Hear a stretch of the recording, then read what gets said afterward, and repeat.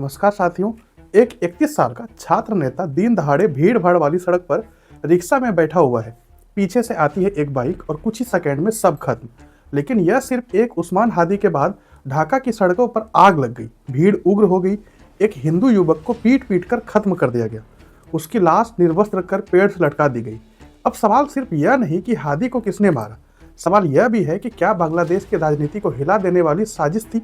भारत पर आरोप क्यों लग रहे हैं? क्या यह हिंसा आने वाले चुनाव को रोकने की तैयारी है? और क्या बांग्लादेश एक बार फिर से कट्टर राजनीति की ओर फिसल रहा है? जानेंगे इन सभी सवालों के जवाब आज इस वीडियो में।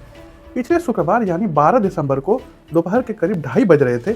ढाका की एक मस्जिद में जुम्मे की नमाज खत्म हुई थी तो उस्मान हादी एक बैटरी रिक्शा से ढाका के फकीरा पुल से विजयनगर लंच करने हाईकोर्ट इलाके की तरफ जा रहे थे। जैसे ही यह विजयनगर पहुंचे तभी एक बाइक पीछे से रिक्शे के पास आती है, फिर दाईं ओर आकर रुकी और यह सभी घटना सीसीटीवी फुटेज में रिकॉर्ड हो रही थी।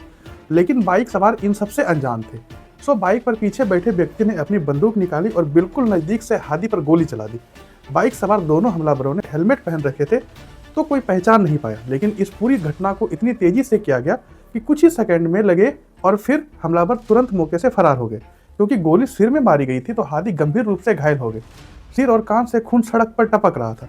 पहले तो लोकल हॉस्पिटल में हादी को बचाने की कोशिश की जाती है, लेकिन हालात में सुधार नहीं होता देख 15 दिसंबर को एयरलिफ्ट कराकर इलाज के लिए सिंगापुर लेके जाया जाता है। लेकिन 18 दिसंबर को सिंगापुर जनरल हॉस्पिटल में हादी की मौत हो जाती है। इस मौत पर सिंगापुर के विदेश मंत्रालय ने आधिकारिक बयान जारी किया और कहा, डॉक्टरों की पूरी कोशिशों के बावजूद हादी ने अपनी चोटों के चलते दम तोड़ दिया। फिर खबर आती है 19 दिसंबर को हादी का शव ढाका लाया जाएगा, जो कि आया भी। लेकिन इसके बाद ही रात में ढाका में हिंसा भड़क जाती है। हादी अपनी एंटी इंडिया छवि और शेख हसीना के सरकार के विरोध होने के चलते वो बांग्लादेश में छात्रों और प्रदर्शनकारियों के नेता बन गए थे। लेकिन असली सवाल है कि दक्षिणी बांग्लादेश में झालकोठी जिले के नलचीटी गांव में जन्मे हादी ने यह सब किया कैसे था कि उनकी मौत पर बांग्लादेश जल उठा। दरअसल हादी इस्लामिक धार्मिक परिवेश में बड़े हुए थे। पिता एक मदरसे में पढ़ाते थे और इलाके की एक मस्जिद में इमाम भी थे। इस कारण परिवार में इस्लामिक एजुकेशन की ओर ज़्यादा झुकाव था। हादी को भी इस्लामिक तालीम के लिए नसीराबाद के कामिल मदरसे भेजा गया, जिसके बाद 2011 में ढाका यूनिवर्सिटी से पॉलिटिकल साइंस की पढ़ाई की। पढ़ाई पूरी होने के बाद हादी ने कई लोकल कोचिंग सेंटर्स और प्राइवेट यूनिवर्सिटीज में भी पढ़ा है। इसी दौरान हादी ने बांग्लादेश के सांस्कृतिक और राजनीतिक हालात पर किताबें भी लिखी।